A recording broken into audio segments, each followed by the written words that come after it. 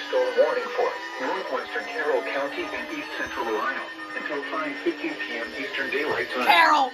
At 4:40 p.m. Eastern Daylight Time, a severe thunderstorm was located 12 miles northeast of Strasburg, or 14 miles northeast of Dover, moving east at 25 miles per hour. Hazard, 60 miles per hour wind gusts. Source, radar indicated. Impact, expects damage to roofs, siding, and trees. Locations impacted include